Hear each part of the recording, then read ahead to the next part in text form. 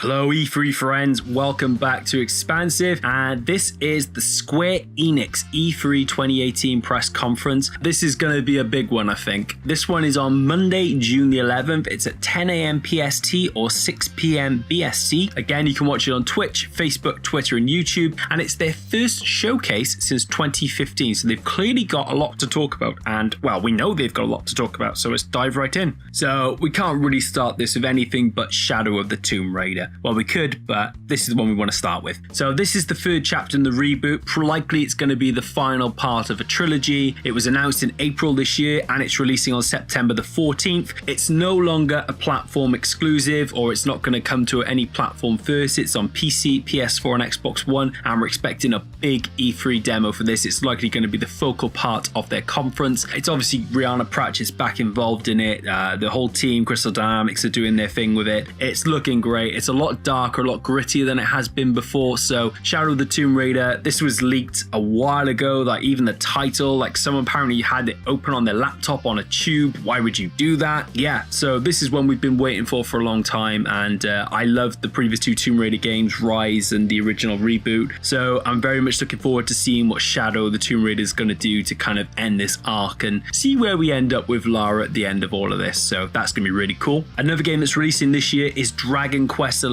Echoes of an Elusive Age. That's coming on September the 4th in the West. Now, we know the West skipped Dragon Quest X, which was kind of an online-only game, but this is a way to bring Dragon Quest back into the West. And ironically enough, Dragon Quest Builders was probably the biggest entry point for the Dragon Quest series in recent times. We'll get onto that in a little bit, but we do know that this is going to be another massive RPG experience like the Dragon Quest games are known for. It certainly looks the part. It looks sweet and fantastic. We've covered it a little bit on the site already. We know a bit about the pre-order bonuses, and there's likely to be some DLC on top of that as well. So this is going to be another big part of their conference as well, because it's going to be a real reintroduction to the West of, you know what, Dragon Quest exists and it's a good game, so come and play it. You'll enjoy it. Now, this is the one you argue that we probably should have started the show with, and you know what, I'm kind of with you now. Kingdom Hearts 3. Now, believe it or not, this was announced back at E3 2013. It has been 5 years, and there are big hopes for Kingdom Hearts 3 that it's going to be a huge seller for Square Enix. I mean, there's no reason why it wouldn't be. This is the first full numbered Kingdom Hearts game that we have seen since the PS2 days, so it's been a very long time. There's been some big previews recently. A lot of the press went out to America to check it out. We're expected to hear what the release date is going to be very soon. It is widely expected to be 2018. Yeah, and we've seen lots of the game already. We know lots of the worlds is going to be a Wreck-It Ralph world. There's Toy Story, lots going on with it. It looks absolutely superb. I cannot wait to play Kingdom Hearts 3. I don't think I'm going to have too much longer to wait. It has been a long wait, believe you me. But yeah, Kingdom Hearts 3, clearly a big reason for Square Enix to come to E3, because it's certainly one of their poster games. Yeah, it's going to play a big part at their showcase this year, and likely it's going to be a game that we all look forward to after Red Dead Redemption 2. Although this is the funny thing. I think if any game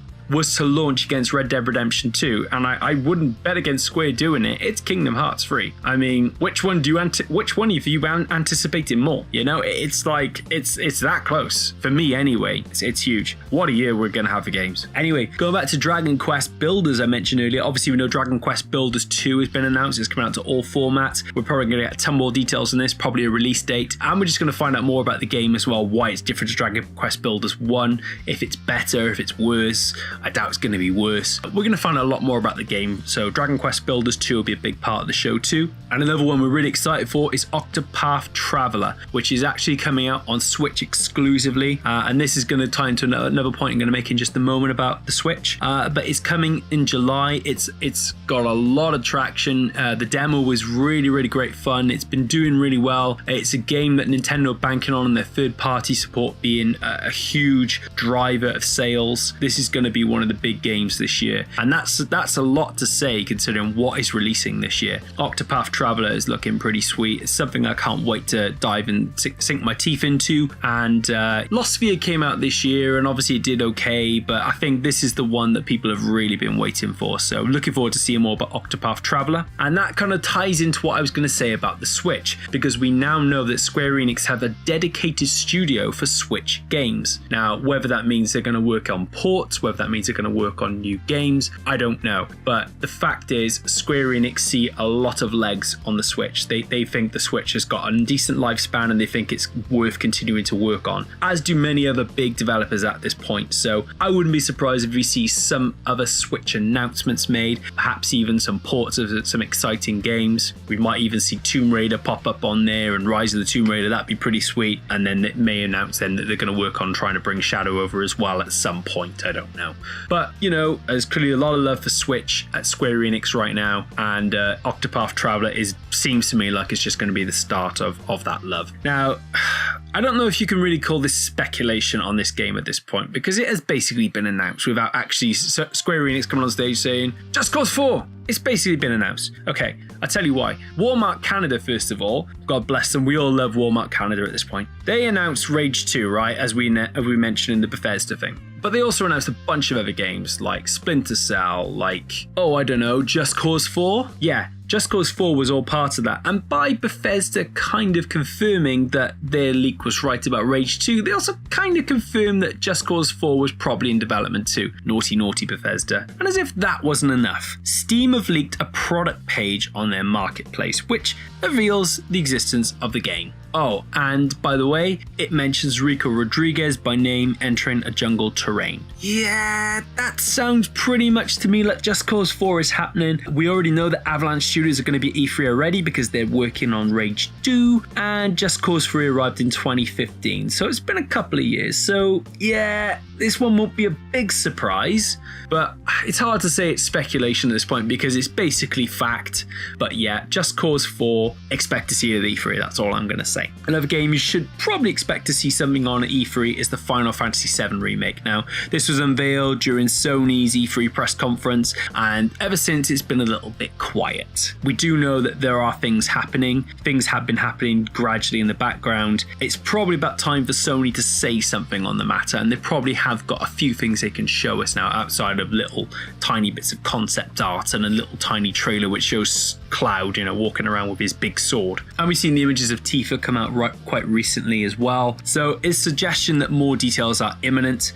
Although a lot of people have been saying this is going to be in a next gen game. You know what? I wouldn't be entirely surprised. But yeah, expect to see something on the Final Fantasy VII Remake very soon. Another game we should probably hear a bit more about is Life is Strange 2. Now, we know this is happening, it's already been confirmed, and we know that tremendous progress has been made according to the development team. Basically, a trailer is due. It could release this year, and I know we already had Before the Storm quite recently, but that wasn't made by Don't Nod, and it was a prequel. This would be a follow-up to the original game, so it'd be following on from Max Adventures. Life is Strange 2 is coming. Don't be surprised if we get a full reveal at E3 and hopefully a release date this year, because I can't wait to see what happens next. So another biggie, of course, is we know that Square Enix have now got the Marvel license. Now, this is exciting for me because the Marvel license has been a bit erratic. Now, obviously, we know Insomniac seem to be doing incredible things with Spider-Man at the moment, and I can't wait to sink my teeth into that. But there have been some duff Marvel games over the years, I'm not going to lie. It's about time we had a good game to complement the incredible films that we've been having. And Square Enix seem to be the right team and the right people to do something about it. And we do know that they have a couple of projects in the works, rumored to be one based on the Avengers and rumored to be one based on the Guardians of the Galaxy specifically. Now, I don't know if we'll see anything about the Guardians at E3, but I wouldn't be surprised if things were shown about the Avengers one.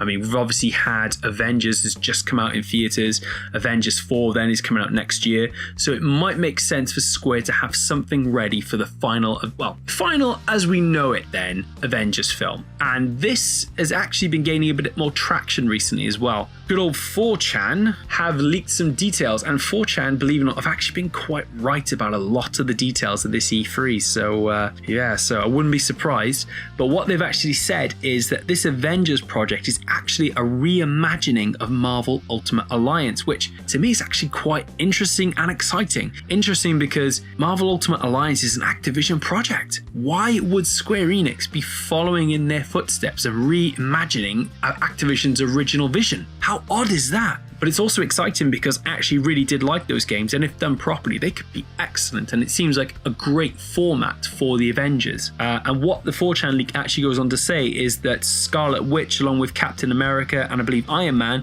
are going to be the lead characters this time around. We think that we're going to see something from at least one of those Marvel projects at E3. Probably the Avengers one, although Guardians of the Galaxy 3 is also coming out in the not too distant future, so I would imagine that if they are also working on that property, it might make sense to try and tie it in with the film as well. So who's to say? Although I do kind of feel sometimes when games are tied into films, they obviously constrain themselves to a deadline, and perhaps it's not the most sensible thing to do that. I mean, these kind of games will sell themselves on their own. They don't need to be attached to a film. It might help boost the sales a little bit, but it's not a big deal anymore. Having said that, it might be something that they're aiming towards, who knows. It would make sense to do that, but certainly expect to see something from Marvel at E3 during Square's case, because clearly they're coming to E3 with a purpose this year. They've got a lot of big stuff to talk about, and this would just be the icing on the cake. Yeah, and that's pretty much it for Square Enix. I mean, well, I say pretty much it, but oh my god, what a showcase. I mean, you know, you look at some of the things that other people are coming out with this year, and then you look at Square's showcase, and it is stacked with quality releases, and there's probably stuff that we don't even know about. I mean, I'm sure that there are a couple of surprises that Square are gonna drop on us, you know, say, oh, by the way. I mean, I would imagine there's going to be some Switch stuff talked about which nobody's even mentioned to this point, so who knows. But yeah, it's going to be a pretty good showcase for Square, and it's good to see them back because they're a big publisher. They have some fantastic intellectual property on their books. I suppose the other thing we could mention that we might see something on is the Final Fantasy XIV DLC, because we now know it has a second season pass, which is becoming a bit of a trend. So we know that there's going to be 4 new DLCs actually coming out for the game as well. So it's a game that's getting a lot of DLC, and we might get a first glimpse at what's coming up next for Final Fantasy 15. So that's something that we could see too. And maybe, of course, Final Fantasy 14, A Realm Reborn, like we might see a big expansion announced for that. So there are things that I've not mentioned that could happen, and there's obviously a few surprising things we're expecting too. So this showcase is going to be packed. It's going to be you just won't want to miss it. You know that there's so much stuff. There's a wide range of something for everyone. It's probably for me one of the showcases I'm most excited about, and I can't wait to watch it and report on it and chat to you guys about it. But if you've got any Square Enix E3 predictions, let us know in the comment section below. Love to hear what your thoughts are, whether you think I've got anything right or wrong. If there's any extra details you've come across, by all means share it with us. And yeah, we're going to be back for the rest of the remaining showcases. I mean, we've still got Sony to come, we've still got Nintendo to come, and Ubisoft, of course. Ubisoft have got some good stuff on the horizon too. So stay with us for that, and we'll see you for the next one.